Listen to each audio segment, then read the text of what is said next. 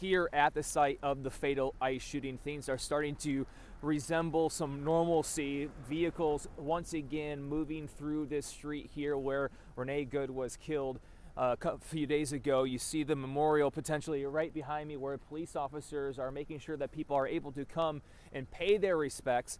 At the same time, another incident in the country of people inside a vehicle being shot at and hit by federal agents.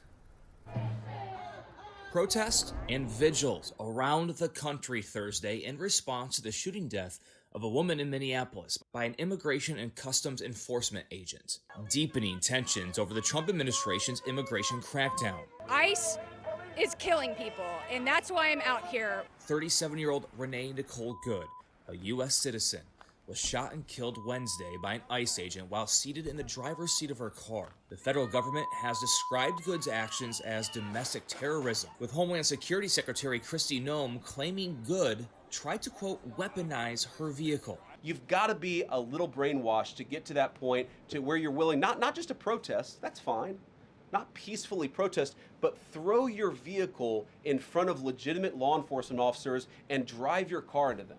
But local and state officials have strongly rejected that description and have blasted the rush to judgment. It's beyond me that apparently from the federal government, from the Homeland Security Director herself, has already determined who this person was, what their motive was, and they hadn't even been taken out of the vehicle. And while people in Minnesota are pushing for a transparent investigation, Oregon officials are investigating a separate shooting in Portland by a Border Patrol agent that wounded a married couple in a car Thursday. We're calling on ICE to halt all operations in Portland until a full and independent investigation can take place.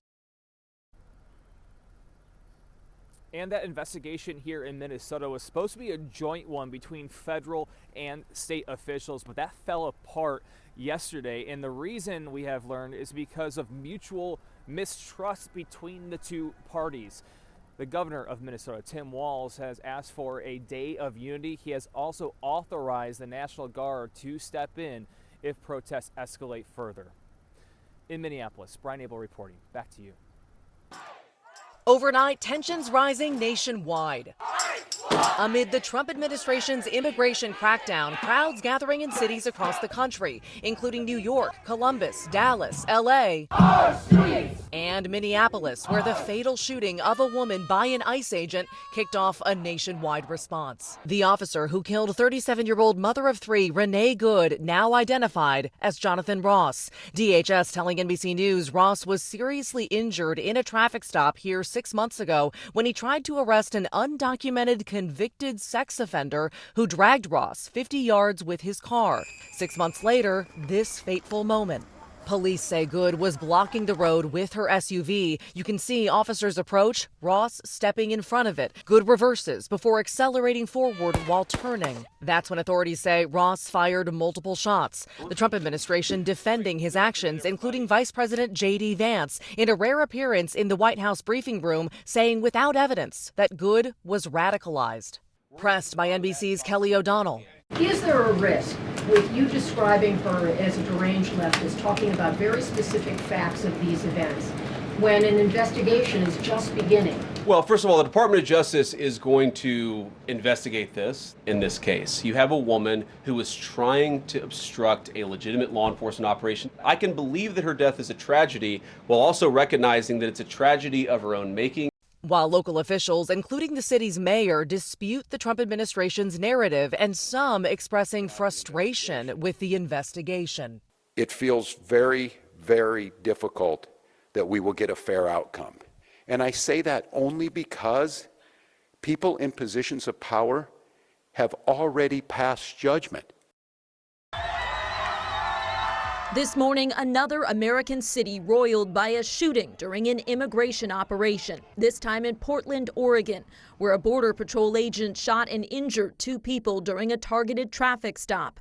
A Department of Homeland Security spokesperson says the car's passenger was an undocumented immigrant from Venezuela involved in a recent Portland shooting, and that they and the driver are both accused of ties to the Tren de Aragua gang. DHS says when Border Patrol agents identified themselves themselves, the driver tried to run them over, and an agent fired defensive shots. The car fled, then called for help. Local police say they can't verify those claims since they responded after the vehicle had left the scene. The patients were transported to local hospital, and their conditions at this time are unknown. We're calling on ICE to halt all operations in Portland until a full and independent investigation can take place. That amid growing protests nationwide over the fatal shooting of 37-year-old Renee Good by an ICE officer in Minneapolis. Investigators say Good, a U.S. citizen and mother of 3, was blocking the road with her car. Video shows officers approach, one stepping in front of the vehicle, and when the driver pulls forward and turns right, an officer fires multiple rounds, killing her. Vice President J.D. Vance defending the officer's actions. You have a woman who was trying to obstruct a legitimate law enforcement operation. I can believe that her death is a tragedy while also recognizing that it's a tragedy of her own making. State and local officials sharply refute the administration's narrative and are outraged that state law enforcement was shut out of the FBI's investigation. Minnesota Governor Tim Walz announced he'd authorized the National Guard to be ready to support law enforcement amid continuing protests as schools across Minneapolis are closed again today. In Washington, Alice Barr, NBC News. Thursday night, police tape surrounded this Northeast Portland apartment complex and parking lot, and onlookers surrounded the scene. It's truly tragic and truly sad that we have to start the new year off in Portland, Oregon like this. Many of them neighbors from across the street or a couple blocks away. I'm scared for my kids and my family and for anybody, any of my friends. You know, I have some friends that live over here and I had to make sure they were okay. At this point, it's ridiculous, and I think, I wish I had all the answers, but I think that something needs to be done. We're kind of repeating patterns, but everything's different with, the world these days. Some already feeling a sense of heartache before the incident even unfolded. Their minds still focused on the deadly incident in Minneapolis. I was actually supposed to go to work today and I couldn't sleep all night. I had a really bad migraine. I called off work. I can't function. It's tragic for the family. I don't know what the family is going to go through. I'm not sure, but we are going to go ahead and send our prayers out to them.